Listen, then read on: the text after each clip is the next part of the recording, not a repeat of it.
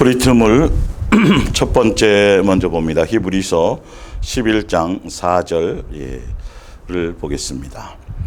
아벨이 하나님께 순종하여 가인이 드린 것보다 훨씬 더 하나님께서 기뻐하시는 제물을 드린 것도 믿음이 있었기 때문입니다. 하나님께서는 아벨과 그의 제물을 기꺼이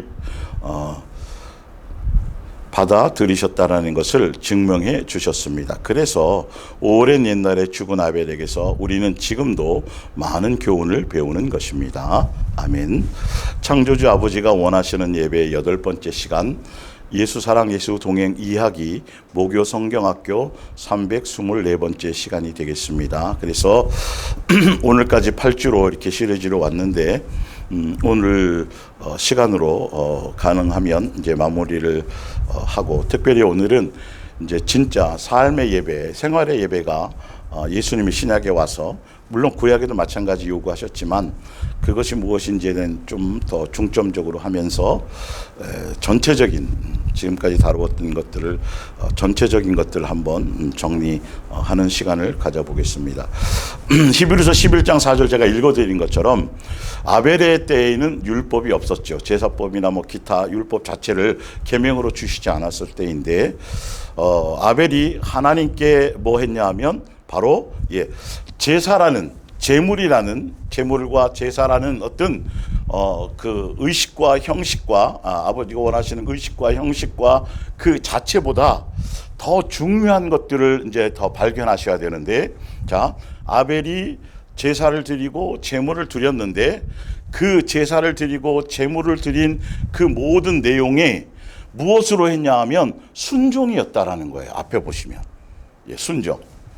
신약도 마찬가지지만 특히 구약의 삶의 예배, 삶의 제사, 그것은 다른 것이 아니고, 신약에는 당연히 성령께서 우리 안에 내주하셔서 우리의 삶의 현장에서 직접 예수님 죽고 부활하신 이후에 우리 안에 성전 삼으시고 항상 우리와 동행하시기 때문에 안식일이나 주일이나 어떤 특정한 날만이 아니라, 특정한 장소만이 아니라 아버지와 자녀의 관계로서 삶의 모든 여정 가운데서 우리는 예배하는 것이지, 삶의 예배가 분명히 명확하게 그 부분이 제시되어져 있습니다. 그러나 구약에는 사실은 아직 성령이 우리 안에 내주하시기 전이었지만 구약에서의 삶의 예배의 기준은 뭐냐 하면 바로 말씀에 대한 순종이에요. 그래서 그 아벨이 제사 드린 행위 그 자체보다도 더 예수님이 그거를 받으셨다는 목적성이 뭐냐 하면 뜻대로 원하신 대로, 거기 말씀에 연구가 나와 있죠. 창조주 아버지는 아버지가 원하시는 제사나 예배의 정확한 기준이 있어요. 그걸 성경에 써 놓으셨어요. 그래서 아버지를 존중하고 경외하고 하게 되면 그 말씀의 기준과 원하심대로 그렇게 해야 되는 거죠. 그래서 성경에 남겨놓으신 거란 말이죠. 그런데도 광야교회 40년 동안 예배드리고 바벨론 포로 시간에 70년 동안 제사 드렸던 그 모든 것들의 제사와, 거기 이제 원고에 보면 나와 있지만, 그래서 멋대로 제사 드리고 예배 드려 온 것이, 그것이 바로 문제가 된 것이죠. 구약의 제사는 범죄로 말미암아 아버지와 자녀의 관계가 단절되었던 것들을 제사를 통해서 우리의 죄를 씻어주고 용서시켜 하시고 다시 아버지와 자녀의 관계를 회복해 주시는 그런 명분을 주시는 거였거든요. 그러니까 지금의 신약의 예배는 바로 죄 사함을 위한 그런 예배는 아니죠. 죄 사함 준 것에 대한 감사에 대한 부분으로 그것 아버지께로 이제는 나아갈 수, 누구나 다 제사장으로서 아버지와 자녀의 관계 안에서 기본적으로 출발하기 때문에 신약의 예배는 양육이 포인트인 것이죠, 사실은요. 구약도 물론 양육 안에 그것이 다 있는 것이긴 하지만 좀 더 명확하게 말하지 않으면 우리의 죄를 용서하시고, 그래서 그 날만큼이라도 나와서 아버지와 자녀의 관계를 회복하는 것이에요. 그래서 이 제사, 예배는 너무도 아버지와 자녀의 관계 안에서 기본이기도 하고 이게 굉장히 중요하기도 하고 아주 이것이 무너지면 다 무너지는 거예요. 이것이 제대로 되지 않으면 아무것도 관계해 줄 수가 없어요. 신약엔 그래서 바른 관계 안에서 예배가 분명히 중요한 것이 되는 것이죠. 예, 그래서 다시 한번 읽어드릴게요. 아벨이 하나님께 제사 드렸단 말이죠. 제물을 갖고 제사 드렸는데 제물 갖고 제사 드리는 것보다 더 우선이 무엇을 보신 거냐 하면 순종하여예요. 근데 아브라함 같은 경우도 의로 여김을 받았잖아요. 예. 근데 아브라함은 그때도 아브라함도 물론 율법을 받지 않았던 상태이고 아브라함은 순종해서 떠나라는 말씀에 순종한 것으로 의로 여김을 받은. 예. 아벨도 제사를 지냈지만 예, 더 중요한 건 순종으로 안에서의 제사였다라는 거죠. 그러니까 뭐 몇천 마리 양을 바치든지 뭐 제물을 바치든지 매일 모이든지 많이 모이든지 그거 전혀 그것보다 더 예수님께서 아버지께서 보시는 창조주 아버지께서 원하시는 그 기준은 뭐냐면 아버지의 뜻대로 원하신 대로 순종으로 가느냐는 거예요. 그리고 구약에는 특정한 날에 특정한 장소에서만 그것이 해당되어졌지만 예. 그리고 삶의 현장에서 정말 아버지께서 원하시는 뜻대로 계명대로 그렇게 사랑하라는 계명대로 삶의 현장에서 말씀에 순종해서 살아가느냐가 곧 삶의 제사였다라는 거예요. 구약에도요. 신약에도 더더욱 마찬가지예요. 예, 볼게요. 가인이 드린 것보다 훨씬 더 순종해서예요. 순종해서. 예. 재물의 어떤 양이 많거나 어떤 뭐 가치 그 뜻이 아니라 아벨은 창조주 아버지께서 원하는 뜻에 순종한 제물을 드렸으며예요. 순종이 우선이라니까요. 이것이 핵심이고 중요한 거라니까요. 예. 그래서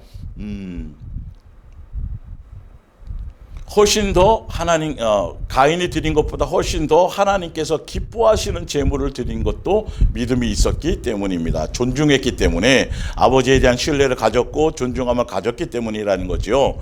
그러면 가인은 반대라는 뜻이겠죠. 하나님께서는 믿음이 없었다는 소리니까요. 아벨과 그의 예물을 기꺼이 받아주셔야 되는 거예요. 이게 우리가 그냥 하면 우리 멋대로 하면 다 되는 천만의 말씀이라니까요. 받아주시기를 소망해야 되고 그러니까 그분의 원함과 기준을 따라가는 게 얼마나 중요한지요. 그 뜻에 순종하며 마음을 드리고 기쁨을 드리고 감사를 드리고 축제 그것의 뜻에 맞추어 그리고 모든 것을 어떤 행위라도 아버지께서 기꺼이 받아주시기를 해야지 누구를 위해서 나가주는 것처럼 드려주는 것처럼 이 모든 착각을 진짜 불손한 생각들을 버려야 돼요. 그의 예물을 기꺼이 받아들이셨다는 것을 증명해 주셨습니다. 그래서 이 아벨은 그러고 나서 죽임을 당했잖아요. 예. 세상으로 말하면 오래 살지도 못하고 형에게 죽임을 당했으니 비명 행사를 했으니 이게 얼마나 비참한 인생 같아요. 이건 간증할 거리가 아니라 참 인생 참 그렇구나 하지만 예수님은 지금 벌써 창세기에 나와 있는 그 가인과 아벨의 첫 제사죠. 첫 제사. 그것을 오랜 옛날에 죽은 아벨에게서 지금 우리도 많은 교훈을 배운다. 끊임없이 그 한 번의 제사가 아버지를 기쁘게 했고 그것이 굉장한 교훈을 준다는 건 우리는 또 순종으로 아버지의 뜻에 원하심으로 그것이 기준이 되어지는 거죠. 사실은. 그래서 이스라엘 백성에게 그 십계명을 주어서 어떤 법과 규정을 딱 어떻게 주셨는데도 불구하고 그들은 그 뜻의 의미를 알지 못하고 자기의 멋대로 임의대로 그러니까 한 번 드렸는데 예수님이 이걸 평생에 모든 믿는 모든 자들에게 이것이 교훈이 되도록 그렇게 예수님의 마음에 오래 간직되는데 평생이 간직되었는데 광야교회 성도들은 부지런히 열심히 40년 동안 했고 이스라엘 백성 70년 동안 제사를 드렸는데 한 번도 기쁘시게 한 적이 없어요. 받은 적이 없다라고 되어져 있어요. 정신을 바짝 차려야 되겠죠. 자, 그래서 이사야서 29장 13절 지난주 읽어드린 것처럼 그러므로 주께서 이렇게 책망하셨습니다. 예수님께서 오셔서 이 백성이 나를 섬긴다고 주장을 하지만 사실은 말로만 나를 섬기고 높이며 마음은 내게서 아주 멀리 떠나 있다. 왜 그러셨는지를 뒤에 보면 나오죠. 그들이 나를 경외하며 재물을 바친다고 해도 아무 쓸모가 없는 일이다. 왜 그러냐? 이유를 말씀하세요. 그들은 나를 세계의 주인으로 인정하지 않아요. 창조주로 얘기한 아버지로서 여기지 않고 창조주로서 존중하지 않고 많은 잡다한 신들 중에 하나로 그냥 우상 섬기듯이 그렇게 섬겼다라는 거예요. 분명히 성경에 제시가 되어져 나와요. 그래서 구약 성경에 끊임없이 내가 창조자다, 내가 하늘을 지었고 내가 너희를 지었고 내가 너희 아버지고 뭐 계속 그 부분을 계속 말씀하지만 그들은 귀뚱으로도 안 들어요. 전혀 존중하지 않아요. 그러면서도 복 받겠지. 그러면서도 구원 받겠지. 그러면서도 용서 받겠지. 그러면서도 왜 우리는 선택되었으니까. 그러면서 그것에 대해서 예수님은 아버지로서 굉장히 진노하셨다는 거죠. 인정하지 않고 자기들에게 멋대로죠. 편리할 대로 임의대로 기준이 있는데도 불구하고 생각해내어 만든 규정에 따라서만 나를 높이고 섬기기 때문이다. 잘못 배운 지도자들에게서 잘못 배워서 잘못 행한 것들 때문에 오히려 그들이 나를 바르게 섬기지 못한다. 더 많은 정성을 들였고 양을 안 바쳤다라는 게 아니라 소를 안 바쳤다라는 게 아니라 비둘기를 안 바쳤다라는 게 아니라 안식일날 안 나왔다라는 게 아니라 전혀 존중과 경외가 없었다. 순종이 없었다라는 거죠. 순종의 삶으로 하지 않았다라는 거죠. 그래서예요. 자, 사무엘상 15장을 보면서 제가 이제 구약의 삶의 예배에 대한 것을 이제 좀 더 말씀드릴게요. 그래서 가인의 제사라든지 사울 왕의 제사라든지 엘리 제사장의 제사라든지 광야교회 성도들의 제사라든지 유대교회에 속한 신약에 와서도 예수님 오셨을 때도 유대교회에 속한 성도들의 제사와 예배는 다 멋대로였다. 제가 말하는 게 아니라 성경이 예수님이 직접 그렇게 말씀하시고 성경에 그렇게 기록해 놓고 있어요. 그리고 스데반도 그것을 알아서 그렇게 얘기했어요. 돌맞아 죽었죠. 그렇게 얘기했다가 하여튼 봅니다. 사무엘상 15장 2절에 만군의 여호와께서 이같이 말씀하시기를 아말렉이 이스라엘에게 행한 일 곧 애굽에서 나올 때에 길에서 대적한 일로 내가 그들을 벌하노라. 왜 어린아이까지 죽이라고 말씀하시고 어린아이까지 왜 죽여야 되는지를 이유까지 설명을 해줘요. 사울 왕에게 사실은 사무엘에게를 통해서 분명히 그냥 뭐 무턱대고 그러는 게 아니라 이유를 설명하시고까지 이렇게 이런 것 때문에 내가 그들을 벌하기 때문이다 이 말이에요. 그러니까 지금 가서 아말렉을 쳐서 그들의 모든 소유를 남기지 말고 진멸하되 남녀와 어린아이와 소아와 젖먹이는 아이, 더 어린아이, 젖먹이는 아이와 우양과 낙타와 나귀를 죽이라고 하셨나이다 하니 사무엘이 사울왕에 얘기해줘요. 이런 이유 때문에 너는 가서 전쟁에서 내가 너를 이기게 할 터인데 가면 다 죽여라. 어린아이까지 다 죽여라. 4절에 사울이 백성을 소집하고 그들을 들라임에서 세어보니 보병이 20만 명이요 유다 사람이 10,000명이라. 사울이 하윌라에서부터 애굽 앞 술에 이르기까지 아말렉 사람을 치고 아말렉 사람의 왕 아각을 사로잡고 칼날로 그의 모든 백성을 진멸하였으되 9절에 사울과 백성이 아각과 그의 양과 소의 가장 좋은 것 또는 기름진 것과 어린 양과 모든 좋은 것을 남기고 진멸하기를 즐겨 아니하고 가치 없고 하찮은 것을 진멸하니라. 자기 기준이 또 자기 멋대로 자기 기준대로 마귀적인 속성을 따라서 자기의 정욕적인 분명히 위에서 말씀하셨는데 이런 이유 때문에 이렇게 했다가 다 죽여라. 그런데 자기 기준으로 좋고 아름다운 것들 하찮은 거는 다 자기 기준으로 정욕의 기준으로 저거는 가치가 없어 그거 죽여. 그러나 저거는 자기가 보기에 가치가 있으니까 말씀을 안 따라 자기 멋대로 해놓고 이제 봅니다. 그 정도로 존중함이 없는 거예요. 만물의 주인으로서의 존중함이 없고 아버지로서의 존중함이 없고 본인을 왕으로 세운 그 여호와 하나님에 대한 그 존중이 없는 거죠. 13절에 사무엘이 사울에게 이른즉 사울이 그에게 이르되 원하건대 당신은 여호와께 복을 받으소서 내가 여호와의 명령을 행하였나이다 하니. 참 뻔뻔하잖아요. 그 양심의 화인을 맞으니까 전혀 예수님께서 아버지께서 그 사무엘을 통해서 무엇을 명령했는지조차도 싹 까먹고 잊어버리고, 이야, 내가 전쟁에 승리했고 다 뜻대로 순종했습니다. 예. 명령을 다 행하였다라는 거예요. 참, 그죠?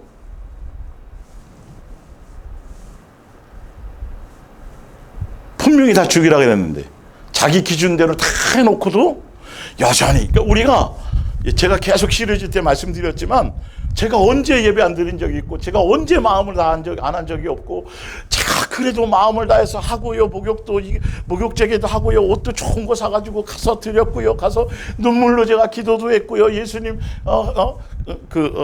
누가복음에 보면 예수님과 같이 밥도 먹었는데요, 이런단 말이죠. 그런데 중요한 건 예수님의 기준에 하나도 순종이 없었어요. 예수님의 기준에 원하시면, 그러니까 그 자체를 생각지도 않은 거예요. 그냥 자기 기준에 자기 멋대로. 지금도 그것이 계속 진행되고 있어요, 교회 안에서. 이걸 여러분 정신을 바짝 차려서 바로 잡았고, 답을 고쳐서 회개하고 방향성을 제대로 잡아가야 돼요. 가르침대로 여러분의 어떤 그런 우리의 마음의 중심에 잘못되었던 기준들을, 종교적인 것들을, 분명히 내 속에 있는 것들이 분명히 있을 것들을 빨리 끄집어내고 그것을 빨리 돌이켜야 된다는 거죠. 예.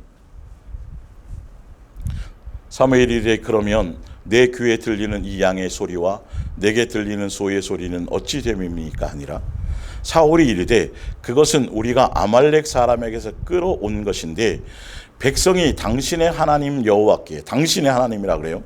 참, 여호와께 제사하려 하여.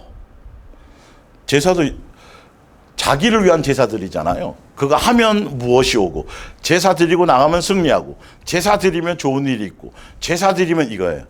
그러니까 자기들의 유익을 위해서, 그러니까 예수님이 하신 말씀에 대한 존중이 하나도 없으니까 여전히 자기 기준으로, 자기 주장으로, 자기 멋대로, 그거 우리를 위한 게 아니라 제사 드리려고요. 여호와 하나님께요. 당신의 하나님께요. 이거 좋은 거 아니에요? 뭘 원하시는지를 몰라요. 예. 많이 바치고 많이 나오고 뭐 크게 하고 전혀 엉뚱한 곳에 지금 있는 거예요. 많은 사람들이 착각하고 멋대로 제사 지니고 있어요. 그리고도 몰라요. 사실은요. 예. 자. 하여 양들과 소들 중에서 가장 좋은 것을, 그것도 좋은 것도 했대요, 또. 예. 자, 남김이여 그 외의 것은 우리가 진멸한나이다. 다 멋대로잖아요. 다 죽이라 그랬는데 좋은 건 남겨놓고 제사하려고 그랬고, 언제 그러라는 적이 없는데도 나머지는 다 죽였어요. 잘했지요, 이러는 거예요. 제가 많이 설명하잖아요. 성전인데, 교회 건축하고 나서 성전인데 찌꺼러기들, 남 쓰던 것들, 이 강대상도 그다음에 이 교회 비품이나 이런 거는 최고로 비싸고 최고로 좋은 것, 빚을 내서라도 좋은 것, 이거 다 무속신앙이에요, 여러분. 이런 것들이 그런 자체를 요구하신 적이 없어요, 예수님은. 우리가 지금 성전이고 우리 속이 깨끗하기를 원하고 우리의 마음의 중심이 예수님에 대한 공경과 존중과 경외로, 그리고 예수 아버지 얼굴을 뵈러 나오는 그 날이 기쁨이요, 감사요, 자원이요, 그리고 명절이요, 축제요, 천국의 잔치요, 이런 것들에 대한 중심의 관계를 원하시는 것인데 자꾸 의식과 형식화 시켜버리는 것이요. 예. 다를 게 하나도 없어요. 자, 사무엘이 이르되 그러면 19절에 어찌하여 왕이 여호와의 목소리를 청종하지 아니하고 탈취하기에만, 재물에만 눈이 어두웠어요. 예, 그리고 하여 그것도 자기 보기에 좋은 재물들 탐나는 거죠. 제사 드리고 또 제사 드린다고 그래놓고 또 빼돌리고 이러려고요. 여호와께서 악하게 여기시는 일을 행하였나이까. 사울이 사무엘에게 이르되 나는 실로 여호와의 목소리를 청종해서. 참 답답하죠. 예. 여호와께서 보내신 길로 가서 아말렉과 아강을 끌어왔고 아말렉 사람들을 진멸하였으나 다만 백성이 이제 남한테 떠넘기죠. 다른 사람들 얘기하죠. 그 마땅히 멸할 것 중에 자기도 자기가 그래놓고 백성들을, 왕이 하는 대로 백성들은 따라가는 거 아니에요? 가장 좋은 곳으로 길갈에서 당신의 하나님 여호와께 계속 제사하려고 하죠. 주를 위한 일이래요. 주를 위한 건축이래요. 주를 위한 전도래요. 주를 위해서래요. 주를 위한 일이. 교회에서 계속 예수님을 위하고 주를 위한 거라고 헌신하세요. 뭐 충성하세요. 시간의 11조를 드리세요. 뭐 하세요. 계속 뭔가를 요구하고 분주하게 바쁘게 만드는데 목사를 위해서가 아니라 다른 것을 위해서가 아니라 다 예수님을 위해서 하래요. 근데 중요한 건 예수님이 그걸 원하시는 게 아니거든요. 다 그렇게 얘기해요. 다 그렇게. 속지 말아야 되는 거예요, 여기에는. 정작 예수님이 원하시는 것들을 알아야 되는 것이죠.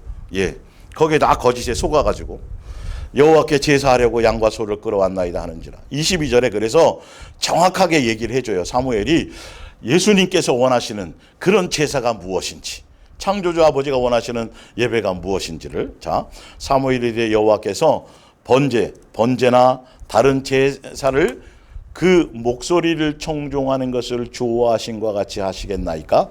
순종이 제사보다 낫고 듣는 것이 수장의 기름 제물.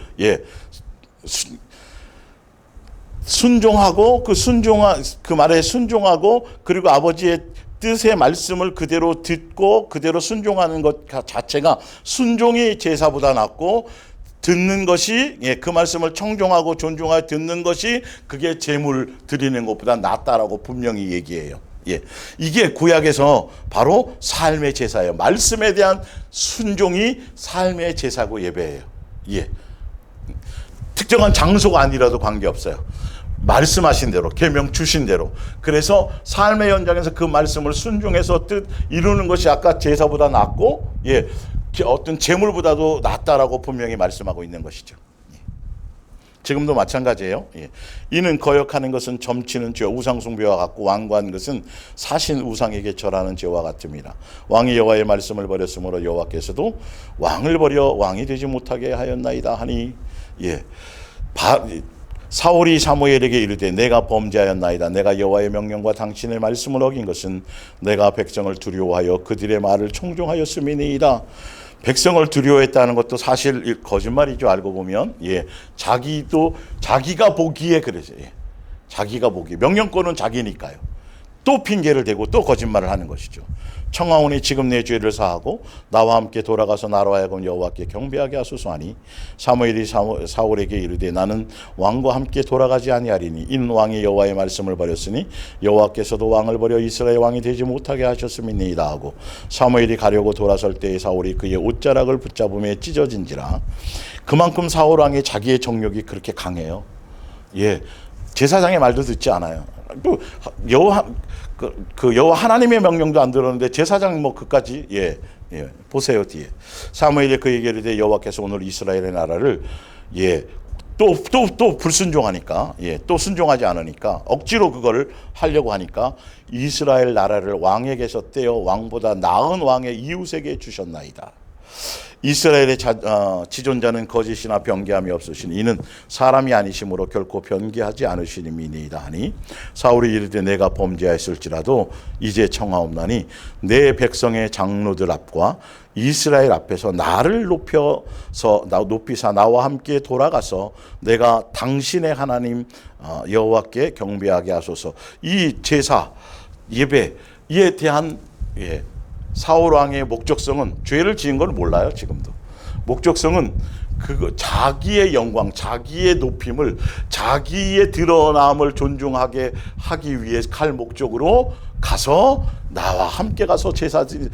그러니까 예수님에 대한 전혀 마음이 없어요. 이걸 어찌 다 설명할까요? 이런 부분들을. 우리가 여러분들이 여러 번 묵상하시고 하시면서 우리의 삶과 우리의 생활의 자세와를 비추어 보시고 바른 창조주 아버지가 원하시는 예배에 대한 중심 이런 것들을 바르게 잡으셔야 됩니다. 재물이라든지 어떤 형식과 의식과 어떤 이 부분은 여러분들이 완전히 더 예수님이 원하는 기준에 대한 절대성을 알고 가셔야 돼요. 그래서 다시 한번 읽어드릴게요. 열왕기상 3장 2절에 솔로몬은 여호와를 사랑하였고 사랑하는 마음으로 해야 되고 그의 아버지 다윗이 행한 대로 솔로몬이 여호와의 명령을 순종으로 다 그럴 때 제물이 의미가 있고 그럴 때 제사가 의미가 있는 거예요. 사실 알고 보면 그런 마음의 중심을 가지고 존중함을 가지고. 사무엘 2장 29절 너희는 어찌하여 내가 내 처소에서 명령한 내 제물과 예물을 밟으며 내 아들들을 나보다 더 중히 여기사. 엘리 제사장이 잘못한 것, 범죄한 부분이죠. 이때 직접적으로 말씀하세요. 나를 존중히 여기는 자를 내가 존중히 여기고 나를 멸시하는 자를 내가 경멸하리라. 예배하는 것, 제사하는 게 예수님을 존중하고 경외하고 하는 것들에 대한 그 모든 것들이 적나라하게 다 드러나는 것이 바로 제사예요. 예배예요. 그리고 삶의 예배예요. 예수님이 보시는 것 바로 그거예요. 내가 원함과 나에 대한 존중과 내가 뜻함과 내가 기뻐함과 그것의 마음과 그것을 가지고 너가 나에게 나오느냐에 대한 그것을 가지고 너희가 삶을 살아가느냐에 대한 부분을 계속 보고 계시다라는 것이죠. 자, 그래서 예레미야 7장 8절을 보면 너희는 지금 스스로 자신을 속이고 있다는 것을 깨달아라. 너희의 일상생활을 되돌아 보아라. 도둑질과 살인과 간음과 거짓 맹세와 바알신에게 제물을 바치고 너희와는 아무런 상관도 없는 이방의 다른 신들을 쫓아다니며 섬기는 아주 더러운 생활이 아니냐. 그러면서도 이제는 나의 성전으로 돌아와 제사가 중요한 게 아니잖아요 지금. 죄 용서함 받기 위해서 우리가 나와야 돼. 용서함 받기 위해서 그것을 허락하셨지만 중요한 건 이게 계속 그 존중함을 가지고 통회함으로 나와야 되는데 뻔뻔함으로 나오는 거예요. 이 부분을 말씀하시는 거예요. 삶의 부분들이 전혀 존중감이 없다. 순종에 대한 마음이 없다라는 것이죠. 자, 뒷장으로 넘어가서 이사야서 1장. 너희가 내 앞에 보이려고 오니 이것을 누가 너희에게 요구하였느냐? 내 마당만 밟을 뿐이라. 분명히 재물을 가지고 나왔고 수없는 재물을 가지고 나왔고 날짜도 지켰고 또 절기도 지켰고 또 자주 모였고 뭐 별짓을 다 했는데 순종이 아닌 거예요. 아버지가 원하는 삶이 바뀌지 않는 거, 생활이 바뀌지 않는 거, 사랑하라는 계명에 대한 존중이 없는 것, 그것 때문에 그 순종이 없는, 순종의 그것에 대한 것이 존중이 없는, 그래서 순종하지 않는 거잖아요. 멋대로 행하는 것들에 대한 것을 가지고 그냥 나왔어도 너는 마당만 밟은 거야. 나왔어도 거기에 보면 보이러 온 거야. 재물을 드렸어도 그건 아닌 거야. 오히려 나에게 진노만 더 나한테 쌓고 갔어. 창조주 아버지가 원하는 입장의 것이 하나도 없어요. 그래서 우리는 그 아버지가 원하고 뜻하는 것들에 대해서 제대로 그 아버지의 입장에서 제대로 깨닫고 제대로 그 기준을 따라서 순종으로 이 모든 것들을 그 뜻의 원하심을 따라 그렇게 하려는 것에 중심이 되어져 있다는 거죠. 그래서 14절에 답을 내시잖아요. 나는 그런 것들에 대해 그렇게 하는 것들을 좀 더 볼게요. 범죄한 것은 뉘우치지도 않는데 양 잡고 소 잡았는데요. 그건 그냥 형식적으로 그러면서도 그것도 멋대로 행하고 멋대로 삶이 아버지의 뜻대로 순종하려고 해도 잘 안 되잖아요. 그 말씀대로 순종해서 살려고 하는 그 부분에서도 또 넘어지고 쓰러지고 하면서 그러면서를 알게 살려고 하는 그 중심을 가지고 해야 아버지께서 원하시고 왜 무엇인지에 대해서 깨닫게 될 텐데 그것에 대한 생각이 없이 그냥 이르라 그랬으니까 그렇게만 하면 되죠. 그런 것들이죠. 범죄하는 것은 뉘우치지 않는데 누가 너희의 희생제물을 달갑게 받겠느냐. 제물 자체가 뭘 할 수 있겠어요. 그 양이 사실은 마음의 중심이 그곳에 없었다는 거죠.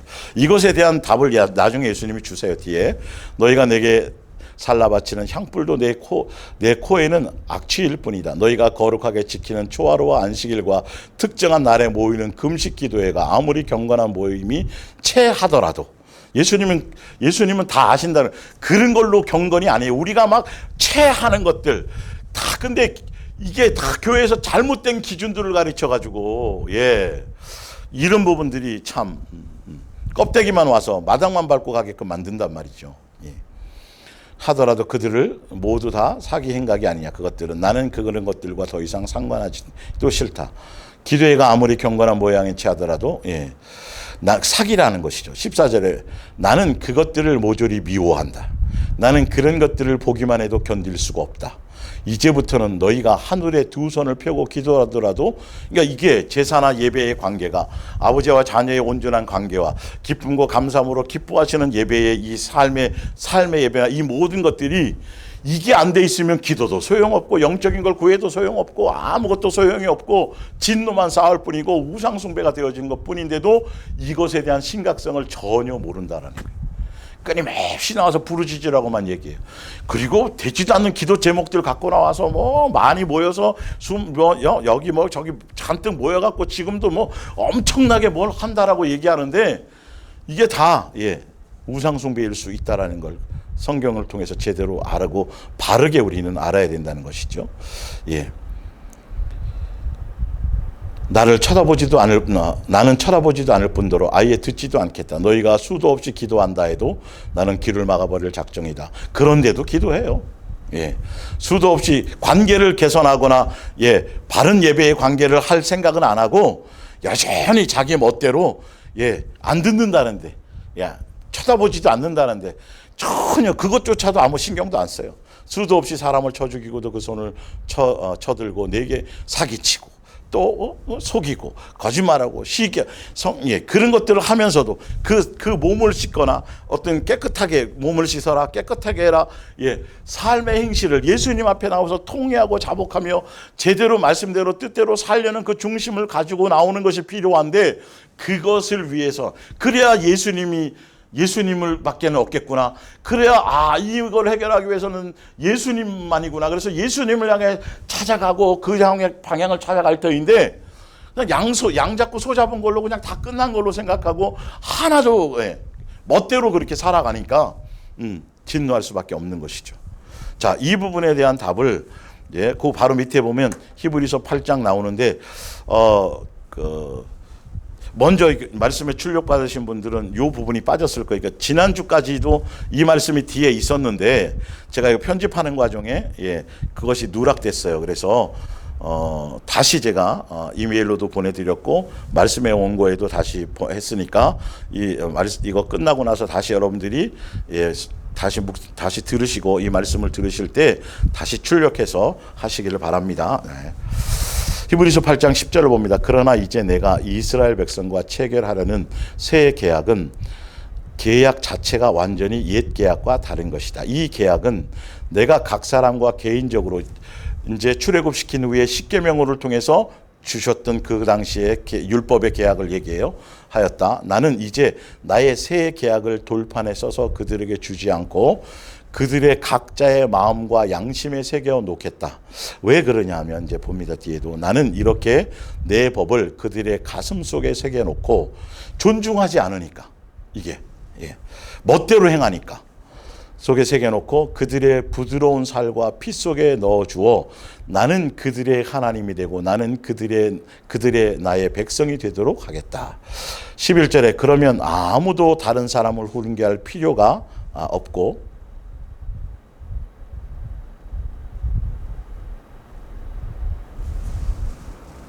아무도 자기 형제에게 그 부분이 여기도 빠졌네요. 자, 그 위부터 제가 다시 읽어드릴게요. 그 이유를 제가 이제 앞에 대한 부분에 대한 이유를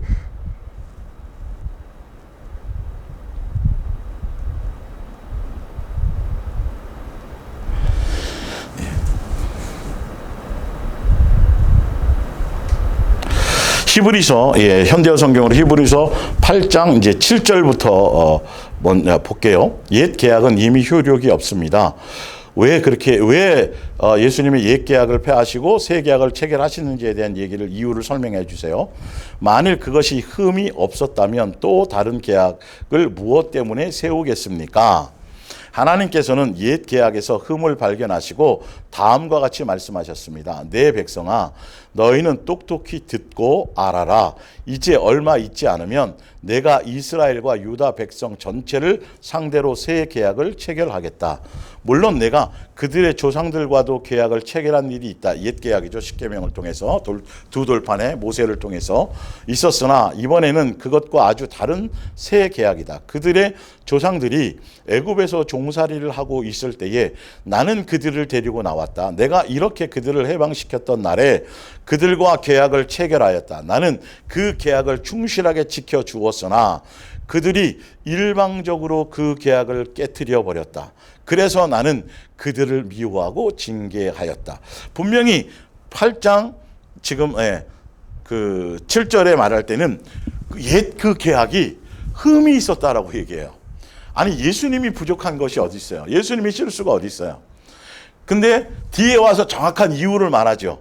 그러니까 새 계약으로 바꾸는 이유가 그게 좀 흠이 있었어. 그래서 내가 바꾸는데 그러면서 뒤에 말씀 진짜 이유를 말씀하시는데 뭐냐 하면 그들이 그것을 지키지 않았다는 거예요. 나는 지켰는데 그들이 법을 지키지 않아요. 그래서 이제는 새 계약을 통해서 지킬 수 있도록 이제는 그들의 두 돌판이 아니라 더 가까이 더 지킬 수밖에 없도록 하기 위해서 그들의 마음 속에 이건 이제 예수님이 이제 성전 우리의 성전 되신다라는 의미를 지금 다 포함하고 있는 거죠. 그들의 세포와 조직과 마음 심령 속에 항상 생각날 수 있도록 성령을 통해서죠. 생각날 수 있도록 그런 계약서를 다시 내가 체결하겠다라는 것이죠. 이게 무슨 말이냐면 이제 좀 쉽게 얘기하자면 야 우리 아이가 이거 구구단을 외워야지 이게 내일 또 시험 본다는데 학교 가면 얘가 틀리면 가면 얘가 망신당할 텐데 그래가지고 너 1단부터 5단까지 구구단 외워 아니면 너 밥 먹지 마 밥 안 줘 그랬는데 아이는 외울 생각이 없는 거예요. 잘 외우지도 않는 거예요. 근데 부모 입장에서는 밥을 안 먹이는 게 목적이 아니잖아요. 그 징계하는 자체가 목적이 아니잖아요. 이 일을 통해서 이 아이가 이 계기를 통해서는 어떻게 해서라든지 이걸 외우고 꼭 그렇게 돼야 되는 게 맞으니까 구구단을 외워서 사용함으로 학교에 가서 시험도 보고 또 부족함이 없도록 아이들에게도 왕따 당하지 않고 하도록 이게 해줘야 되는데 그래서 부모 입장에서는 어떤 때는 너 이거 외우면 내가 뭐 사줄게라도 하지만 반대적으로 너 이거 안 외우면 오늘 밥도 먹지 마. 근데 부모 입장에서는 밥을 안 먹이는 게 목적이 아니에요. 그 이유 자체가 어떻게 하면 지키게 하려고 하는데 얘는 그 의도를 알지 못하는 것이죠. 그러니까 부모는 이게 어떻게든지 먹여야 될 밥을 먹게 해야 될 테인데 그래서 5단까지 외우라는 것 그냥 그러면 2단만 해. 2단까지만 내가 요거만 하면 그럼 내가 한 걸로 해줄게. 너 밥 먹어도 돼. 2단까지만 해.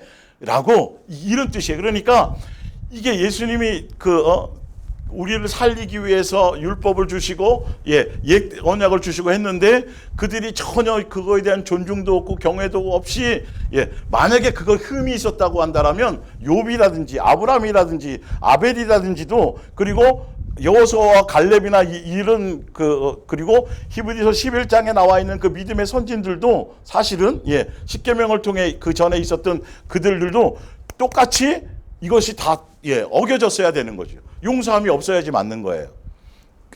그러나 법에는 문제가 없는데 정확하게 다 행해 주었는데 그들이 전혀 그런 것들이 없으니까 어떻게 하면 더 지키게 해줄까라는 그것을 그들이 해줄까라는 의미로 계약을 예수님이 그들이 일단 안 돼서 파기가 된 거니까 새 계약 흠이 있었다. 그러면서 새 계약을 지금 체결하시는 거예요. 그 중심과 의도를 알아야 돼요. 어떻게 하면 지키게 할 건가? 어떻게 하면 그 의도를 알게 할 건가? 어떻게 하면 저들을 살릴 건가라는 그 목적으로 그래서 마음밭에 아예 새겨서 생각나게 하고 계속 오히려 그렇게까지 해주겠다라는 것이죠. 자, 그러면서 이제 9장으로 가볼게요. 성령께서 히브리서 8장에서 9장 이제 가는 겁니다. 말씀에 온 거를 다시 제가 그 히브리서 8장 7절부터 해서 다시 올려드릴게요. 다시 나중에 출력하세요. 성령께서 이를 통하여 우리에게 가르쳐 주시려는 것은 옛 제도 아래에서는 첫 번째 방이나 또 거기에서 짐승 잡고 소 잡는 그 자체로 저는 따르는 여러 제도가 있는 한 일반 사람들은 지성소에 들어갈 수 없다고 하는 것입니다.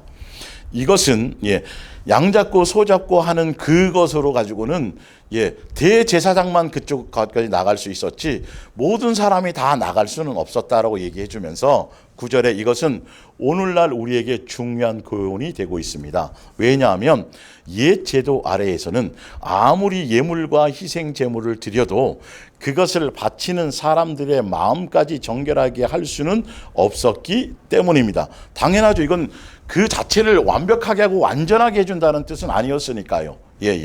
근데 그것처럼 사람들이 제사 지내고 뭐 하고 막 하는데도 그것을 예수님이 기회를 주셨는데도 불구하고 그들은 전혀 삶이 바뀌지 않아요. 이러다가는 다 멸망할 것 같거든요. 그래서 계약을 바꿔 주시는 거예요. 새 계약으로. 그리고 그 이유를 설명하시는 거죠. 10절에 이런 것은 먹고 마시는 것과 여러 가지 씻는 것과 함께 육체의 예법일 뿐이며 개혁할 때 예수님이 오셔서 예수님으로 말미암아서는 그것이 되겠지만 이 말이겠죠. 13절에 만일 옛 제도 아래에서 황소나 염소의 피와 암송아지의 제가 사람들의 몸을 죄악에서 씻어낼 수 있었다면 그런데도 불구하고 무슨 말이냐면 아까 나는 여호와 하나님은 계약을 서대로 제대로 내가 준행했다라는 게 뭐냐면 양을 잡고 소를 잡아고 왔어도 죄는 씻어주고 용서하셨어요. 기억도 안 하셨어요.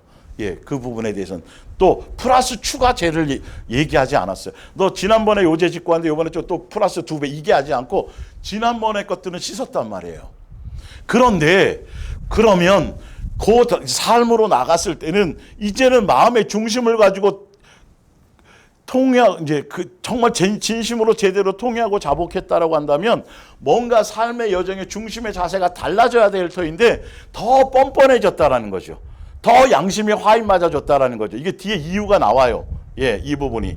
그래서 그 양 잡고 소 잡는 것으로는 그들의 마음까지도 어떻게 해줄 수 있는 방법이 없었다라는 뜻은 그 제도가 잘못됐다라는 뜻이 아니라 그 이유가 그들이 점점 그렇게 해주었더니 양심의 화인만 맞더라는 것이죠. 처음에 할 때는 내 죄 때문에 내 양이 죽네, 염소가 죽네, 막 불쌍해 하다가도 여러분 닭 잡는 거 뭐 이런 거 이렇게 하다 보면요.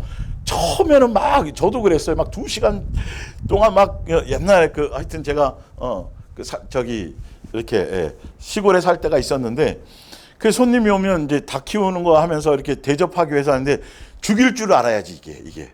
2시간을 가지고 그냥 땀을 손님 대접해야 되니까 어찌 하다가 그냥 근데 이게 어느 정도 되니까 이제 토끼는 뭐 금방 가죽 벗기는 거 뭐 이게 그냥 금방 쉬워지는 거예요. 죽이는 게 하여튼 그것처럼 그 의미를 알아야 된다는 거죠. 그것을 제사법을 주신 의미를 그걸 모르고 그거 했더니 사람들이 마음의 중심을 예수님께 드리려기보다는 그 의도는 생각지도 않고 더 뻔뻔해지더라는 거예요. 그래서 살리기 위해서 세계명을 하시는 거예요. 다 예수님이 하게 하시려고요. 자, 그렇다면 하물며 이제 14절을 봅니다, 여러분. 굉장히 참 중요한 포인트예요. 하물며 그리스도의 피가 우리의 마음과 생활을 변화시킨다는 것은 더욱 확실한 일이 아니겠습니까? 자, 여러분. 제대로 예수님의 마음과 중심에 맞추어서 창조주 아버지가 원하시는 그 예배의 뜻을 알고 마음을 알고 바르게 예배하고 바르게 관계를 맺고 바른 것을 하게 되어진다라면 성경대로 예수님이 능력이 만약에 그거라면 반드시 삶이 달라지게 돼 있어요. 내 안에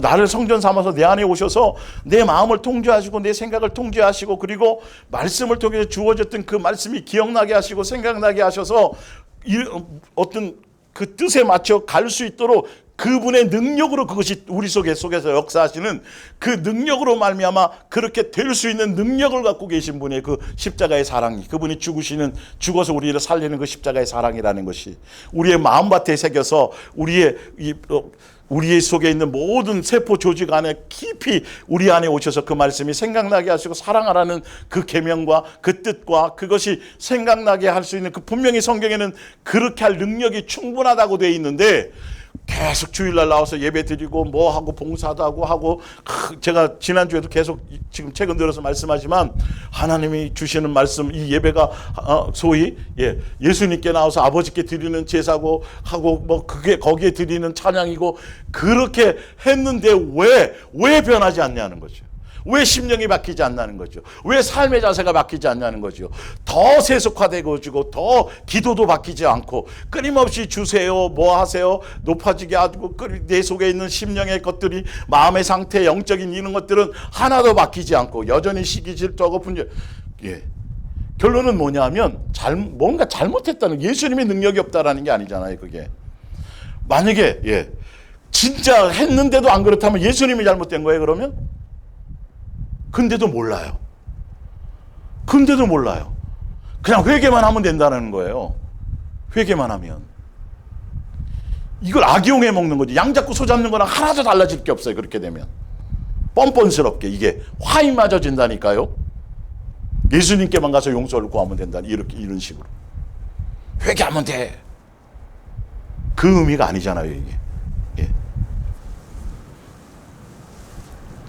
그리스도의 희생은 옛 율법에 얽매여 있는 고통에서 우리를 해방시켜 기쁜 마음으로 살아계신 하나님을 섬기도록 만들어줍니다. 예수님의 그 사랑 안에 그 십자가의 능력 안에 그 아가페 사랑의 그 안에는 엄청난 능력이 있어요. 뜻대로 예수님 말씀대로 살 수 있는 힘을 주어주고 그래서 기쁨으로 기꺼이 고난이든 뭐든 양육의 길을 기쁨으로 기꺼이 갈 수 있고 그 뜻대로 살아갈 수 있는 능력이 우리 속에서 샘솟도록 해주신다는 거예요.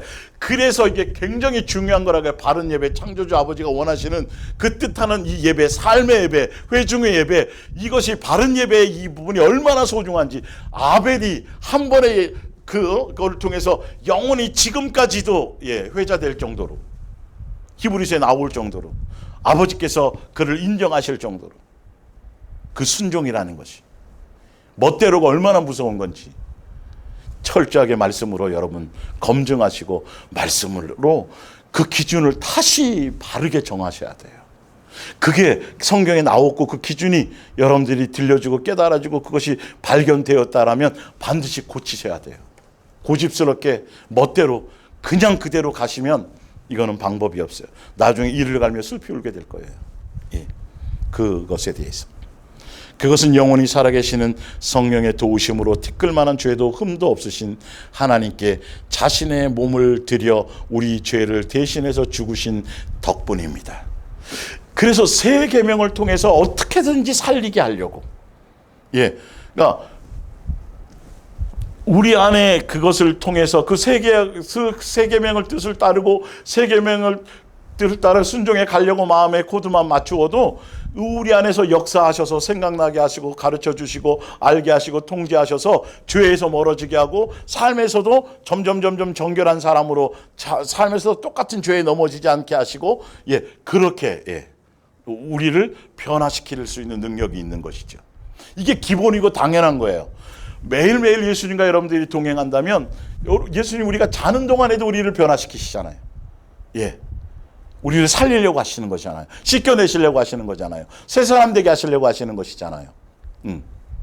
그렇다면 예수님께 나오는 회중의 예배 당연히 기쁨으로 삶의 중심에 항상 그 예수님이 중심이 될 수밖에 없고 6일 동안 열심히 삶의 현장에서 드리지만 특히 예수님이 정한 주의 날 그날을 사모하며 기다리며 또 그렇게 가는 거예요. 이게 여러분 생활 속에서 실제적으로 자꾸 삶이 그렇게 가고 있는지 아닌지를 자꾸 점검하시고 그것을 근데 그런 것들이 잘 말씀대로 지금 설명한 것처럼 안 될 때 그럴 때 예수님께 구하셔야 돼요. 겸손하게. 그런 마음을 달라고 바른 관계의 부분을 달라고 축제의 날이 되게 해달라고 그리고 삶의 현장에서 그 말씀의 순종을 통해서 내 삶의 예배를 드릴 수 있도록 해달라고요. 자 이제 밑으로 내려가 봅니다. 프린트물 거기 보면 마가복음 12장하고 마가복음 2장 그 안식일에 대한 부분 그 중심에 대한 부분 이제 그것을 제가 말씀드렸죠. 호세아서 6장 6절을 말하면 내가 바라는 것은 여기서 나와요. 재물이 아니라 변함없이 사랑하는 것이고 재물을 바치기 전에 예수님의 마음을 알아주는 것이고 사랑의 관계 안에 있는 것을 원하신다는 것이죠. 자, 봅니다.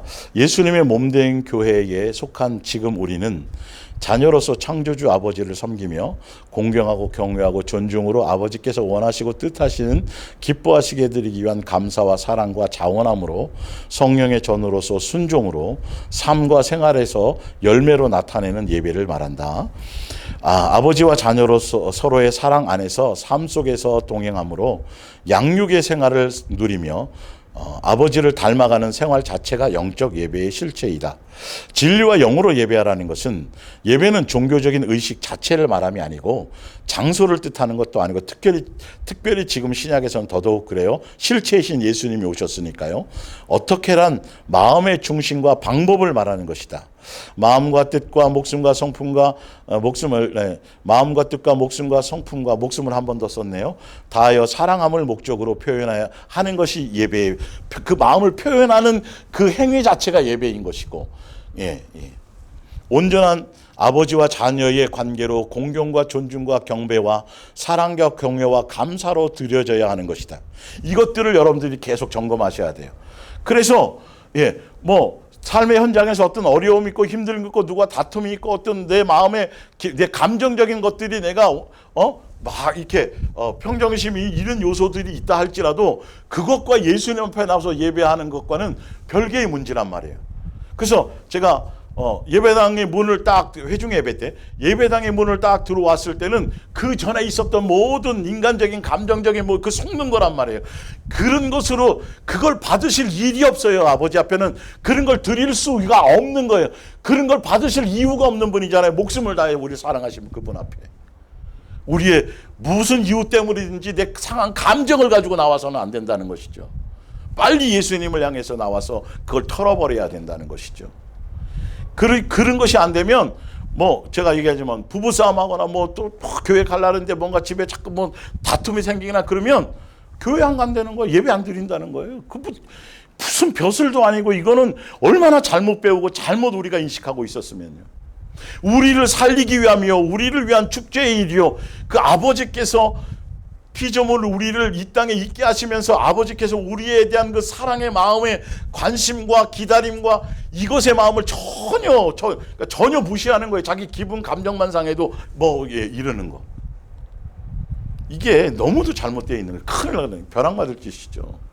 이거 다 속는 거예요. 사단에게 속는 거예요. 기분과 감정 다 속는 거예요. 이런 부분들이요. 말씀의 기준대로 가야 되는 거죠. 우리는 당연히 감사함으로 기쁨으로 존중으로 아버지께 그것을 표현하러 나오는 거예요. 회중 예배도 사실은.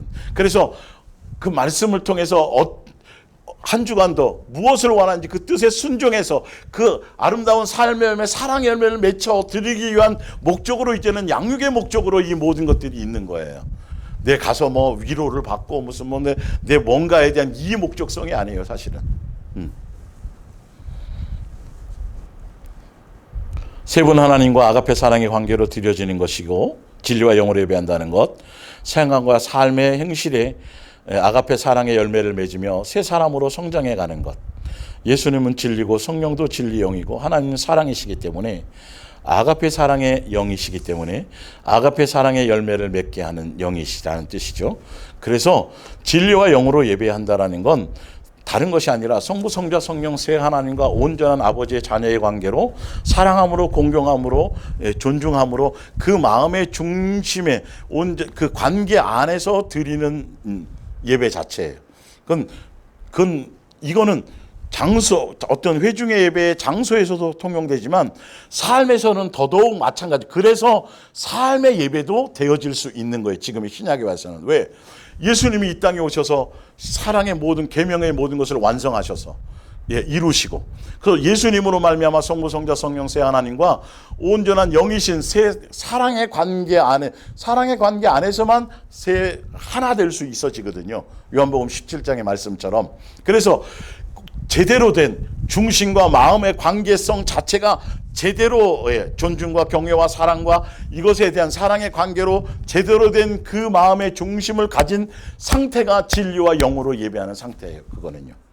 어떤 다른 것으로 수없이 문자적으로 해석해도 아무 소용이 없어요. 예, 봅니다. 요한복음 4장 19절 여자가 말하였습니다. 선생님이야말로 우리가 기다리는 예언자이십니다. 그러니 말씀해 주십시오. 우리 조상들은 그리심산에서 예배를 드렸는데 왜 유대 사람들은 예루살렘이 유일한 예배 장사라고 주장하고 있습니까? 예. 이때는 이제 예수님이 오시기 전까지시죠. 예. 21절 예수께서 여자에게 말씀하셨습니다. 여자여 내 말을 믿어라. 여기도 아니고 예루살렘도 아닌 곳에서 아버지께요. 아버지께. 예. 분명히 계속 제가 시리즈 처음부터 계속 말씀드렸죠.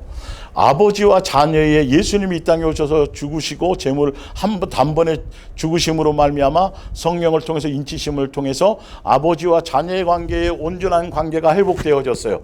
사랑의 관계에 맺혀진 그 관계 안으로 통해서 사랑할 관계로 아버지와 자녀의 관계가 회복된 것이죠. 그래서 이제는 다른 모습이었으나 그 아버지와 자녀의 관계의 양육 안에서 그 뜻 안에서 사랑의 관계 안에서 아버지의 마음을 존중하고 그 뜻을 알아서 아버지와 자녀의 관계로서의 드려지는 예배, 사랑의 관계로서의 드려지는 예배, 드릴 때가 온다. 예배는 어디서 드리느냐가 중요한 것이 아니라 어떻게 드리냐, 이게 이제 성경에 벌써 답이 나온 것이죠. 진리와 영으로 예배 드린다라는 건 어떻게 드리냐는 거예요. 아버지의 자녀의 관계로서 존중과 경외를 통해서 지금은 이제 사랑의 관계로 그 은혜를 알고 그 감사를 알고, 너희 사마리아 사람들은 하나님을 잘 알지 못하고 맹목적으로 예배를 드리지만 우리 유대 사람은 하나님을 알고 예배를 드린다. 하나님은 영이시다. 이는 구원이 유대인 사람들에게서 오기 때문이다. 하나님은 영이시다. 그러니 아가페 영이시다 이 말이에요. 그러니 우리는 반드시 영과 진리로 예배를 드려야 된다. 아버지께서 이런 예배를 우리에게 원하신다.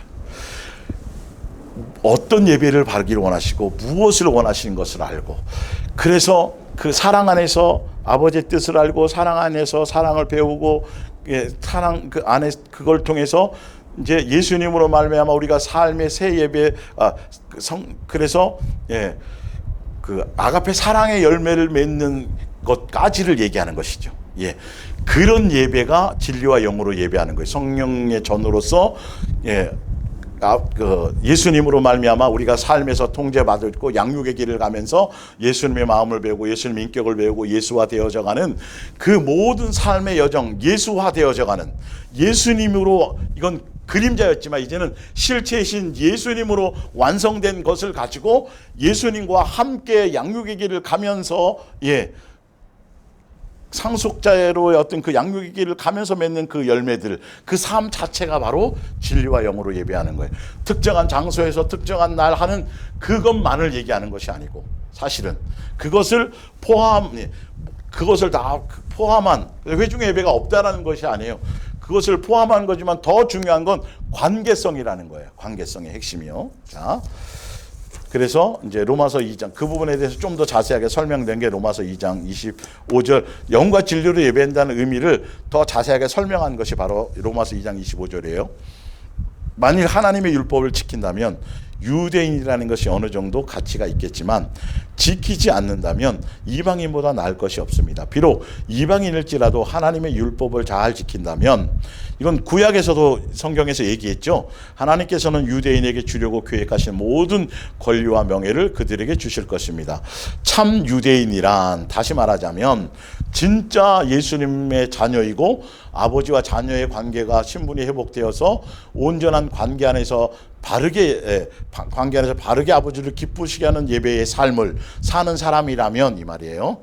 그 마음이, 아까 마음에 새겨 주셨잖아요. 새 언약이요, 새 계약이 성령을 통해서 생각나게 하시고, 그것들이요. 그 마음이 하나님과 올바른 관계에 놓여 있는 사람입니다. 진리와 영으로 예배한다는 것, 아버지께 예배한다라는 것, 진리와 영으로 아버지께 예배한다는 것, 아버지께서 찾으시는 예배자는 아버지와 온전한 관계 안에 있는 거예요. 내가 몇 년 믿었습니다. 성경을 몇 장 봤습니다. 할례를 받았습니다. 제가 뭐 이런 어떤 형식적이고 의식적이고 종교적인 것이 아니라 실제적으로 영의 관계로가 진짜 예수님이 전부냐는 거죠. 그분이 진짜 아버지로라는 거죠. 그분만 공경하는, 그분만 사랑하는 거냐는 것이죠. 그분만이 목적성이냐는 것이죠. 예, 이런 관계를 얘기하는 거예요. 하나님께서는 표면적으로 할례를 받아서 몸의 일부를 잘라낸, 형식적으로 의식적으로 나와서 뭐 그런 예배하는 형식, 그 의식 자체보다도 이 말이죠, 찾으시는 것이 아니라 마음과 생각이 완전히 변화된 사람을 찾으십니다. 그의 생활이 변화된 사람이야말로 비록 사람들에게는 칭찬받지 못한다 해도 하나님의 칭찬을 받을 것입니다. 그거는 이방인도 관계없고 어느 누구도 관계없어요. 구약에도 마찬가지예요. 만민이, 내 집은 만민이 기도하는 집이라고 말씀하실 때 설명하셨어요. 예, 이방인일지라도 예수님과 한 마음이 되어져서 그분의 계명을 지키고 안식일을 존중하면서 어기지 않고 말씀에 따라 순종해서 나오는 모든 이방인은 누구라 할지라도 이방인은 나와서 친히 제물을 바칠 수 있고 제사를 드릴 수도 있고 제물을 바칠 수도 있다. 자격이 주어진다. 내가 기꺼이 받아줄 것이다. 이렇게 말씀하셔요. 그래서 구약의 성전에도 이방인의 뜰이 따로 있단 말이에요. 그것이 중요한 것이 아니라 진짜 영과 진리로 예배한다는 참 본질의 것은 그 말씀의 통제를 받고 성령의 인치심을 따라서 양육 안에서, 동행 안에서 양육을 받으며 예수님께서 우리에게 주신 그것을 사랑하라는 그 계명을, 내가 너희를 사랑같이 너도 사랑하라는 그 계명을 따라 잘 안 되더라도, 실수하더라도, 넘어지더라도, 또 안 될 때 예수님께 은혜를 구하고 또 용서를 구하고 또 능력을 구해서라도 생활 속에서, 삶 속에서 뭐 하는 거? 사랑의 열매, 아가페 열매를 맺는 그 삶의 여정을 가는 그 자체, 그건 온전한 아버지와 자녀의 온전한 관계성 안에 있어야지 되는 거죠. 그것도 없는, 그 관계도 되어져 있지 않는 머리이신 예수님과 진짜 실제적으로 몸의 지체로서, 예수님의 몸된 교회의 지체로서의 연결되어져 있지 않은 것은 어떠한 종교 행위와 의식을 해도 목숨을 불살라 내하고 매일 빠지지 않고 뭘 어떤 종교 의식과 행위를 해도 예수님은 그건 불법자라고 얘기하시고 우상숭배라고 얘기하시고 40년을 해도 예수님은 모른다고 말씀하신다라는 거예요. 그 기준을 좀 알고 배우라는 것이죠. 자, 그래서 로마서 12장에 이렇게 말하고 있어요. 그러므로 형제들아, 내가 하나님의 모든 자비하심으로 너희를 권면하노니 너희의 몸이라는 건 육체잖아요. 육체뿐만 아니라 몸뚱아리 자체뿐만이 아니라 몸으로 하는 삶의 모든 행위들을 얘기하는 것이죠. 몸을 하나님이 기뻐하시는 거룩한 산 제물로 드리라. 생활이 모든 것들이 다 제물이 되라는 거죠. 이는 너희가 드릴 영적 예배니라. 이 말을 다시 정확하게 여러분의 뜻을 전달한다면 말씀의 순종을 뜻하는 거예요. 생활 속에서 사랑하라는 그 계명 안에서 사랑의 열매를 맺으며 예수와 되어져가는 과정, 새 사람 되어져가는 것, 성장해 가는 것, 성령의 열매를 맺는 그 삶의 예정을 실제적으로 예수님으로 말미암아 사랑의 관계가 됐고, 예수님이 완성하셨고 우리가 예수님과 사랑하는 관계로 붙어 있기 때문에 이제는 사랑의 열매를 절로 맺는 그 길을 가는 거잖아요. 삶의 여정에 사랑하라는 계명대로 순종해야 하는. 구약에도 마찬가지예요. 구약에도 10계명의 그 계명이잖아요. 신약에는 더더욱 예수님이 완성하시고 새 계명을 주고 가셨단 말이죠. 그 계명을 그 계명대로 살고 뜻대로 순종해 가는 그것이 곧 뭐다? 삶의 예배다. 제가 한 가지 찾아서 요한 1서 5장을 보여드릴게요. 요한 1서 5장에 보면 1절부터 읽어드릴게요. 예수께서 그리스도이시며 하나님의 아들이시요 여러분의 구세주 주심을 믿는 사람들은 다 하나님의 자녀입니다. 아버지 하나님을 사랑하는 사람은 그 자녀들도 사랑합니다. 따라서 여러분이 얼마나 하나님을 사랑하고 하나님께 순종하고 있는가는 성경에 분명히 나와 있어요. 다른 걸로 기준 삼지 않아요. 여러분이 하나님의 자녀들, 곧 주님 안에서 여러분의 형제 자매가 된 사람들을, 여러분의 이웃들, 형제들, 그죠? 얼마만큼 사랑하고 있는가를 보면 그것으로 안다라는 거예요.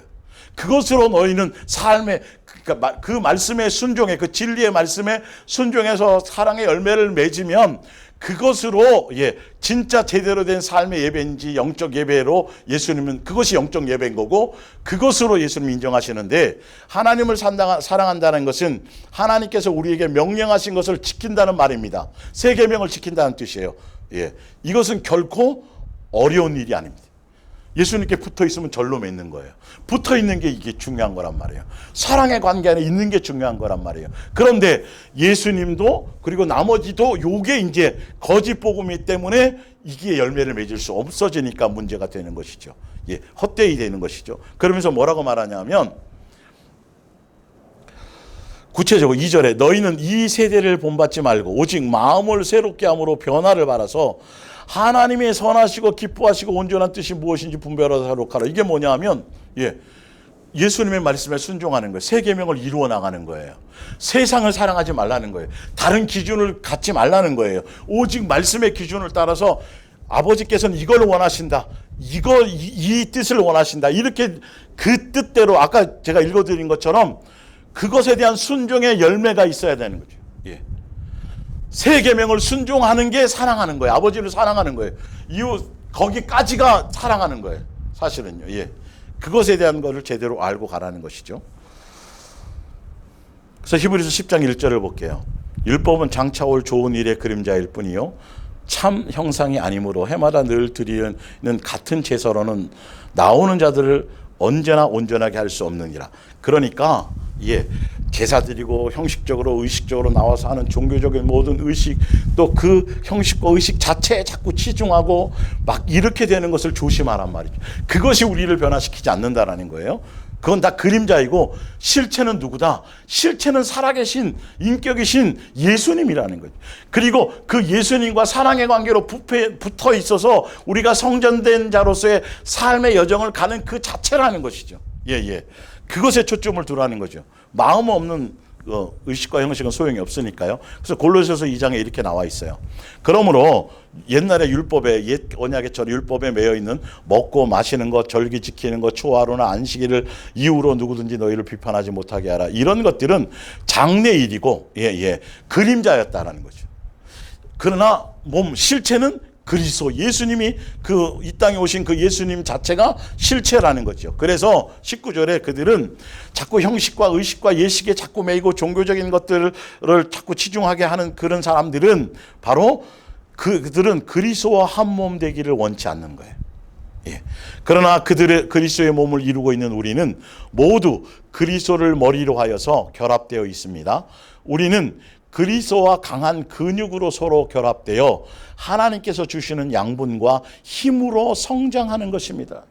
이 관계 안에서 예수님 안에서 실체이신 예수님과 함께 동행하고 사랑하는 관계 안에서 삶의 현장에서 사랑의 열매를 맺고 예수님 교제하고 사귐을 통해서 그 사랑의 말씀 안에서 사랑의 열매를 맺어가는 그 삶 자체가 그게 진짜 예배이라는 것이에요.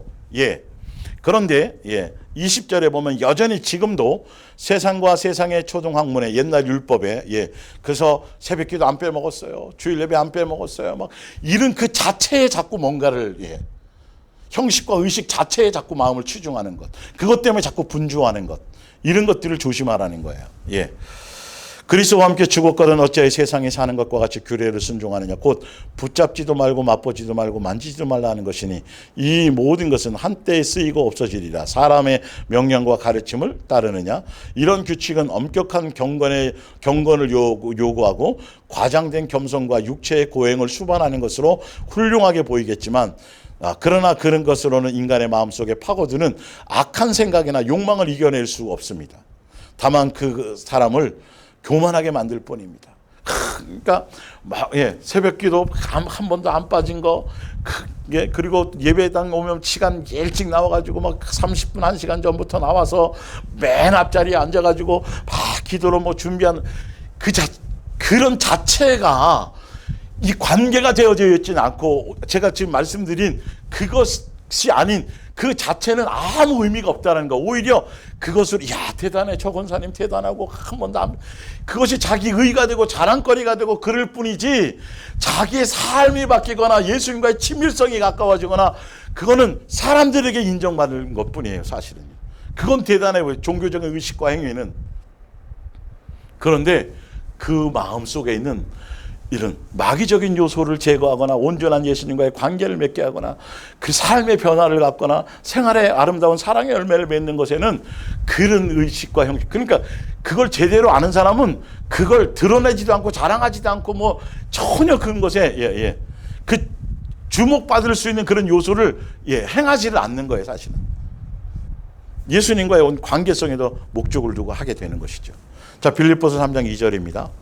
할례를 받아야 구원을 얻는다고 말하는 위험한 개들을 조심하십시오. 이 악한 자들을 경계하십시오.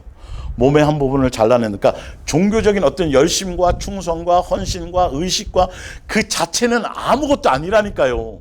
양을 수천 마리 잡고 50년 동안 수없이 기도하고 예배하고 안 빼먹고 교회 예배당 청소하고 헌신하고 그 자체는 그건 아무 의미가 없는 거예요. 실제로 예수님과 같은 삶을 누려야 돼요. 함께 예수님과 사랑의 관계 안에서 예수님의 말씀의 통제를 받아야 그래야 예수님께 제대로 붙어 있는 것이어야 된다라는 것이죠. 사실은요. 몸의 한 부분을 잘라낸다고 해서 하나님의 자녀가 되는 것은 아닙니다. 우리의 영으로 하나님께 예배를 드려야 하나님, 영으로 예배 드려야 된다고 돼 있잖아요. 이게 무슨 뜻인지를 모른다니까요, 이게. 이 예배만이 참 할례입니다. 우리 그리스도인이 자랑할 일은 오직 예수 그리스도께서 우리를 위해서 하신 일뿐입니다. 우리가 스스로 구원할 수 없다는 것은 너무도 잘 알고 있지 않습니까?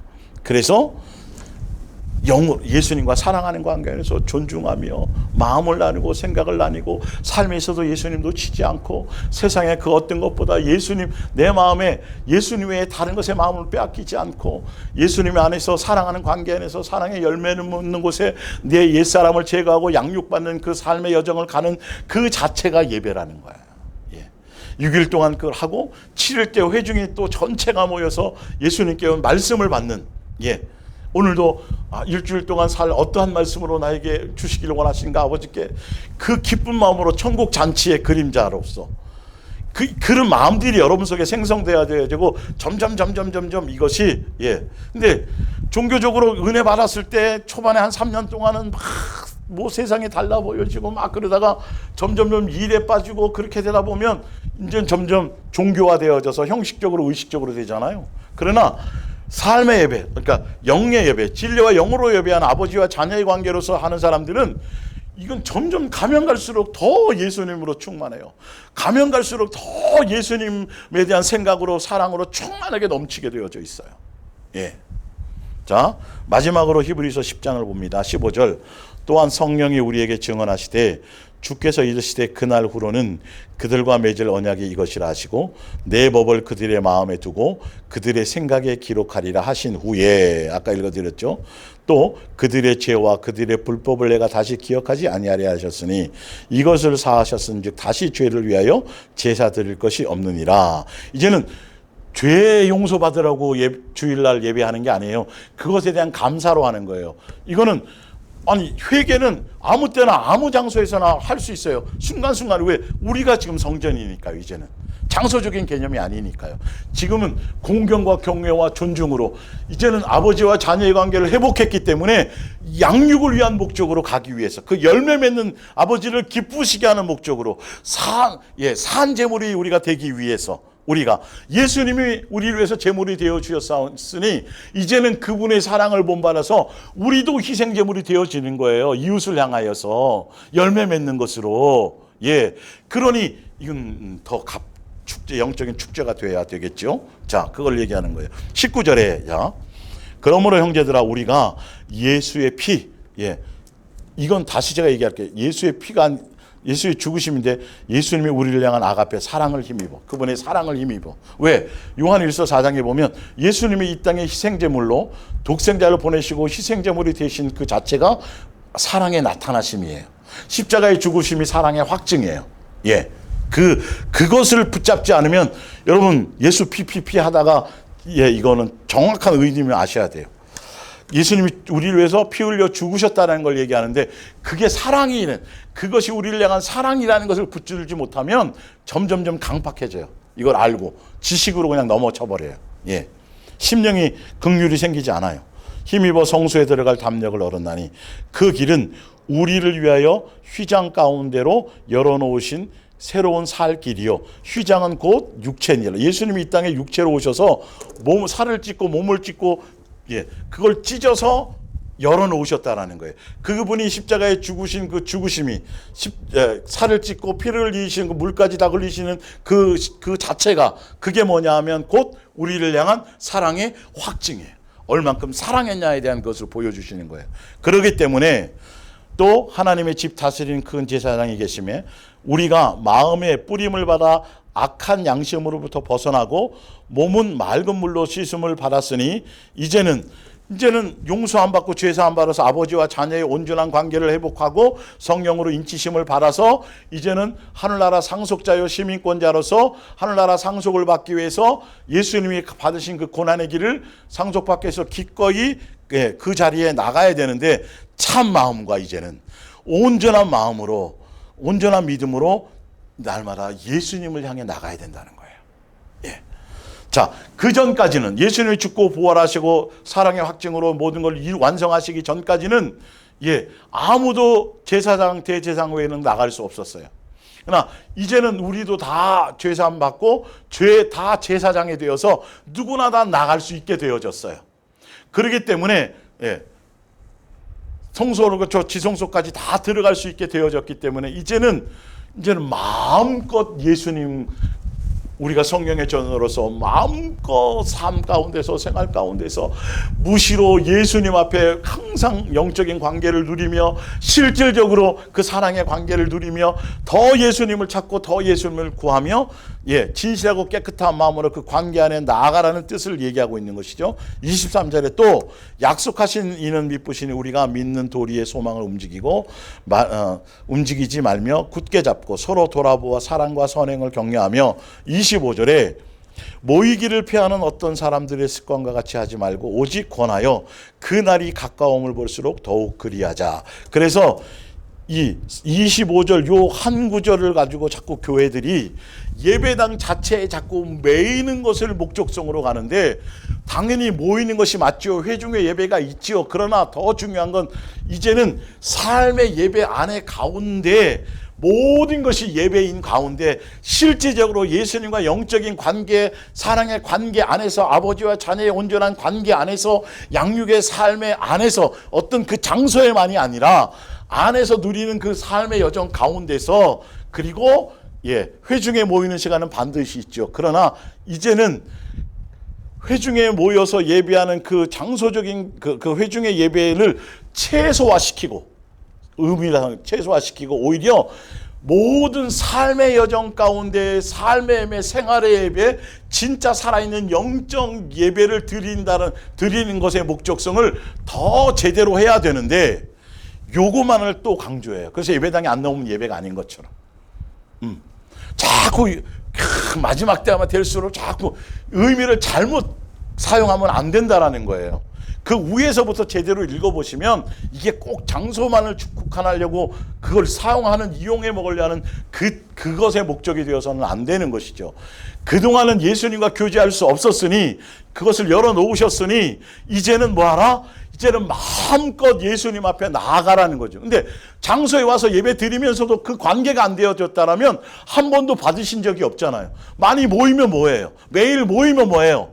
의미가 그 관계성이 안 되져 있는데 그 영적인 관계성을 시리즈로 지금 8주 동안 제가 말씀드렸지만 오늘 이것으로 마감하지만 여러분들이 지난주 또 특히 지난주 거 더 그 의미에 대해서 자세히 제가 설명을 했으니까 여러분들이 다시 한번 여러 번 묵상하시고 더 깊이 있게 예수님께서 여러분께서 삶의 현장에서 더 이 참 예배에 대한 부분 아버지께서 창조주 아버지께서 원하시는 예배에 대한 부분의 본질을 여러분의 믿음의 분량에 맞게 제대로 설명해 주실 것을 구하면서 여러분 이게 너무도 중요해요. 이 관계가 안 되면 아무 소용이 없어요.